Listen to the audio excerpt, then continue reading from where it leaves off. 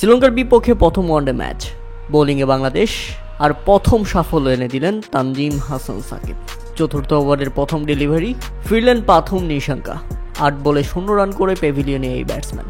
তাতে শ্রীলঙ্কা 5 রানের মধ্যেই তাদের প্রথম উইকেট হারায়। এরপর আসল চমকটা দেখিয়েছেন তাসকিন আহমেদ। নিজের তৃতীয় ওভারে বোলিং করতে এসেই ভুল করে দিলেন নিশান মাদুস্কাকে। 11 রানে 2 উইকেট হারায় শ্রীলঙ্কা। আর তাসকিন আহমেদ দীর্ঘদিন পর ক্রিকেটে ফিরেই নিজের প্রথম সাফল্য তুলে নিলেন।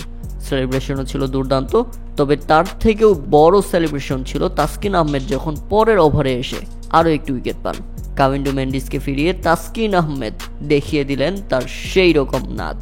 কোমর দোলানো সেই নাচে তাসকিন আহমেদ সবাইকে চমকে দিয়েছেন। শ্রীলঙ্কান এই সমর্থকের রিয়াকশন দেখুন। আর কামিন্ডো মেন্ডিস তো রীতিমতো নাচ দেখে লজ্জায় পড়ে গেছেন। কেননা তাসকিন আহমেদ নাচ দেখালেন নাকি শ্রীলঙ্কাকে অপমান করলেন সেটা বোঝা বড় দায়। তবে যাই হোক, তাসকিন আহমেদের সেই নাচ কিন্তু দারুণ ছিল। কামিন্ডো মেন্ডিস ডাক মারলে শ্রীলঙ্কা 29 রানের মধ্যেই হারায় 3 উইকেট। দীর্ঘদিন পর ইনজুরি থেকে ফিরে তাসকিন আহমেদ দুর্দান্ত। সবচেয়ে বড় খবর হচ্ছে আমার সেকেন্ডারি চ্যানেল স্ট্রাইক রেট বিক্রি হবে। যারা ক্রিকেট নিউজ নিয়ে কাজ করতে চান তারা অবশ্যই ডিসক্রিপশন বক্সে থাকা হোয়াটসঅ্যাপে নক করুন।